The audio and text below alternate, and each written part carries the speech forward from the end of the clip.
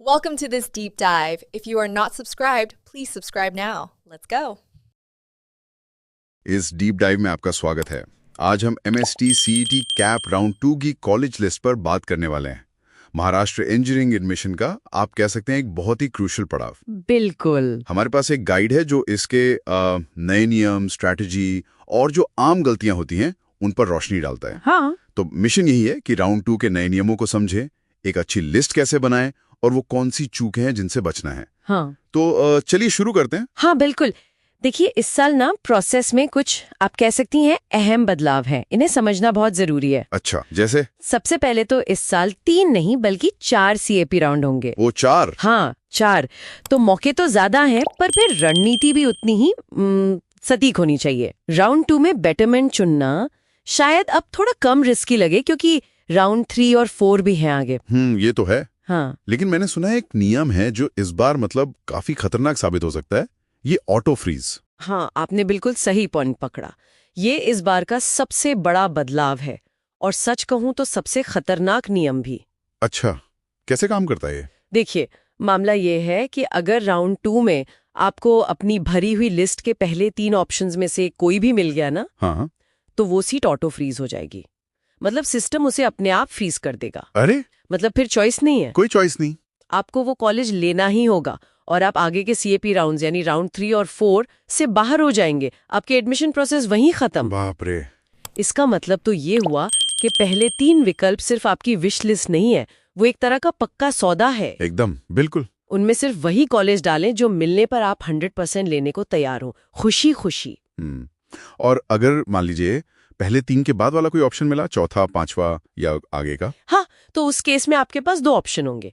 एक है फ्रीज, मतलब आप सीट से खुश हैं, उसे कंफर्म करते हैं और प्रक्रिया से बाहर हो जाते हैं। ठीक है। दूसरा है बेटरमेंट या नॉट फ्रीज। इसका मतलब है कि आप मिली हुई सीट को अस्थायी रूप से एक्सेप्ट करते हैं, लेकिन आप उम्मीद कर रहे हैं कि अगले राउंड में इससे बेहतर कुछ मिल जाए। ओके। लेकिन यहीं पर एक और बहुत बड़ी कॉमन गलती होती है। क्या? अगर आप बेटरमेंट चुनते हैं तो आपको मिली हुई सीट को होल्ड करने के लिए एक तय समय के अंदर सीट एक्सेप्टेंस फीस भरनी होती है, करीब 1000 रुपए। अच्छा, ये कंपलसरी है? हाँ, ये बिल्कुल अनिवार्य है। अगर आपने बेटरमेंट चुना और ये फीस नहीं भरी ना, तो वो मिली हुई सीट आपके हाथ से चली जाएगी। आप अगले राउंड में तो जाएंगे, पर बिना किसी सीट के। ये छोटी सी फीस न भरने की चूक बहुत भारी पड़ती है, बहुत लोग करते हैं ये गलती। समझ गया। ये तो बहुत जरूरी पॉइंट है। अच्छा, नियमों के बाद अब लिस्ट बनाने की स्ट्रेटेजी पे आते हैं। तैयारी के लिए क्या क्या चाहिए? आपने वेकेंट सीट मैट्रिक्स का जिक्र किया था। हाँ, देखिए, लिस्ट बनाने से पहले 3 चीजें बहुत जरूरी हैं। एक तो राउंड 2 की वेकेंट सीट मैट्रिक्स, मतलब राउंड 1 के बाद कहाँ कितनी सीटें खाली हैं, ये सबसे इम्पोर्टेंट है। दूसरा, इसी साल के राउंड 1 के कट ऑफ देखने हैं। और तीसरा, पिछले 1-2 सालों के कट ऑफ भी देख सकते हैं एक आइडिया के लिए, पर सबसे ज्यादा फोकस वेकेंट सीट्स पर होना चाहिए। ओके, तो डेटा आ गया। अब लिस्ट को स्ट्रक्चर कैसे करें? गाइड में वो 3 लेवल वाली बात थी, लगभग 60 से 80 ऑप्शन भरने की सलाह। हाँ, वो एक अच्छी स्ट्रैटेजी है। अपनी लिस्ट को मोटे तौर पर 3 हिस्सों में बांटे। पहला हिस्सा, मान लीजिए पहले 15-20 ऑप्शन, ये आपकी ड्रीम लिस्ट है। Top colleges, top branches. बिल्कुल, जैसे COEP, VJTI की टॉप ब्रांचेस। यहाँ अगर आपका परसेंटाइल थोड़ा कम भी है तो भी डालिए, क्या पता।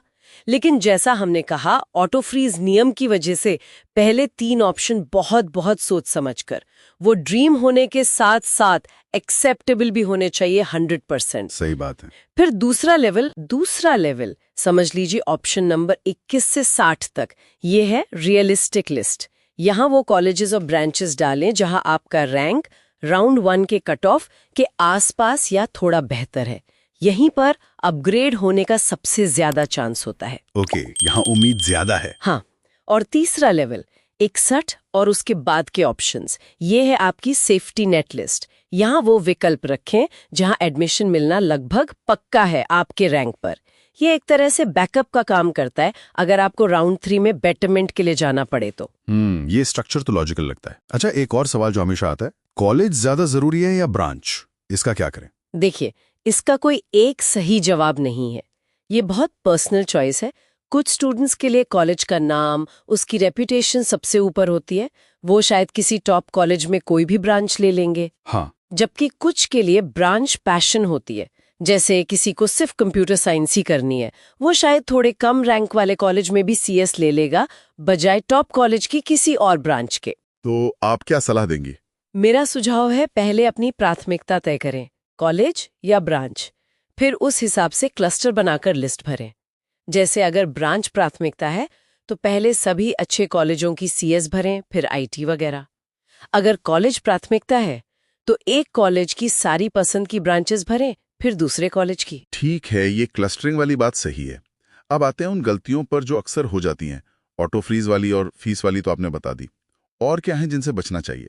देखिए, ऑटो फ्रीज नियम को हल्के में लेना सबसे बड़ी गलती है। टॉप 3 में कोई ऐसा सेफ ऑप्शन डाल देना जो आपको असल में नहीं चाहिए, और फिर जब वो मिल जाए तो पछताना कि अरे इससे अच्छा तो मिल सकता था। हाँ, ये तो बुरा फंसेगा। बिल्कुल। दूसरी गलती है बहुत कम ऑप्शन भरना। कुछ लोग सोचते हैं मुझे तो बस यही 5 कॉलेज चाहिए और बस वही भरते हैं। दूसरों की लिस्ट कॉपी करना भी एक बड़ी गलती है। हर किसी का रैंक, कैटेगरी, प्रेफरेंस अलग होता है। और हाँ, वेकेंट सीट मैट्रिक्स को इग्नोर करना और सिर्फ पिछले साल के कट ऑफ पर भरोसा करना। कट ऑफ बदल सकते हैं, बढ़ भी सकते हैं। अच्छा, कट ऑफ बढ़ भी सकते हैं? क्यों? हाँ, क्योंकि राउंड 2 में सीटें कम होती है और कई बार राउंड 1 से बेहतर रैंक वाले स्टूडेंट्स भी बेटरमेंट के लिए आते हैं, तो कंपटीशन बढ़ सकता है कुछ ब्रांचेस में। ओह, ओके। और कोई टेक्निकल मिस्टेक्स? फॉर्म भरते समय की गड़बड़? हाँ, वो भी होती हैं। जैसे गलत कॉलेज या ब्रांच का कोड डाल देना, पूरा फॉर्म भरने के बाद फाइनल कंफर्म या सबमिट बटन दबाना भूल जाना, बेटरमेंट चुना तो टाइम पे फीस ना भरना, और सबसे कॉमन सब कुछ लास्ट डेट, लास्ट मिनट के लिए छोड़ देना। सर्वर डाउन हो गया या कोई और प्रॉब्लम आ गई तो। सही बात है। अच्छा, मान लीजिए राउंड 2 में सीट मिल गई, तो फटाफट स्टेप्स क्या है? अगर बेटरमेंट चुना है तो सबसे पहले सीट एक्सेप्टेंस फीस भरें, टाइम लिमिट के अंदर, ये मत भूलना। बिल्कुल। अगर फ्रीज किया है तो जो टाइम दिया गया है उसमें कॉलेज जाकर रिपोर्ट करें, अपने सारे ओरिजिनल डॉक्यूमेंट्स वेरीफाई करवाएं और कॉलेज की जो बाकी की फीस है वो जमा करें। और अगर सीट नहीं मिली तो? किसी को राउंड 2 में कुछ नहीं मिला तो घबराने की कोई बात नहीं है, आप ऑटोमेटिकली राउंड 3 के लिए एलिजिबल है। बस रिलैक्स करें, राउंड 3 की वेकेंट सीट्स का इंतजार करें और राउंड 2 के अनुभव से सीखते हुए एक नई और शायद ज्यादा बेहतर लिस्ट बनाएं।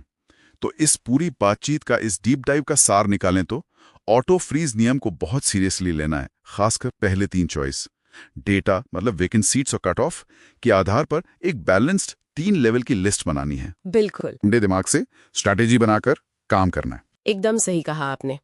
शांत दिमाग और सही जानकारी, यही सफलता की कुंजी है इस प्रोसेस में। बिल्कुल। और अंत में एक सोचने वाली बात छोड़ जाती हूँ सबके लिए। रैंक्स और कट ऑफ ये सब जरूरी है, अपनी जगह ठीक है, पर क्या कॉलेज चुनते वक्त सिर्फ यही देखना चाहिए? उस कॉलेज का असल माहौल कैसा है? क्या वहाँ सच में सीखने का कल्चर है? प्रोफेसर्स कितने अप्रोचेबल हैं? स्टूडेंट्स के बीच कैसा माहौल है? क्या कभी ऐसा हो सकता है कि कागज पर थोड़ा कम रैंक वाला कॉलेज आपको असल जिंदगी में एक ज्यादा अच्छा, ज्यादा रिच एक्सपीरियंस दे? ये तो सोचने वाली बात है, सिर्फ नंबरों के पीछे ना भागें। हाँ, इस पहलू पर भी जरूर सोचें अपना फाइनल फैसला लेने से पहले।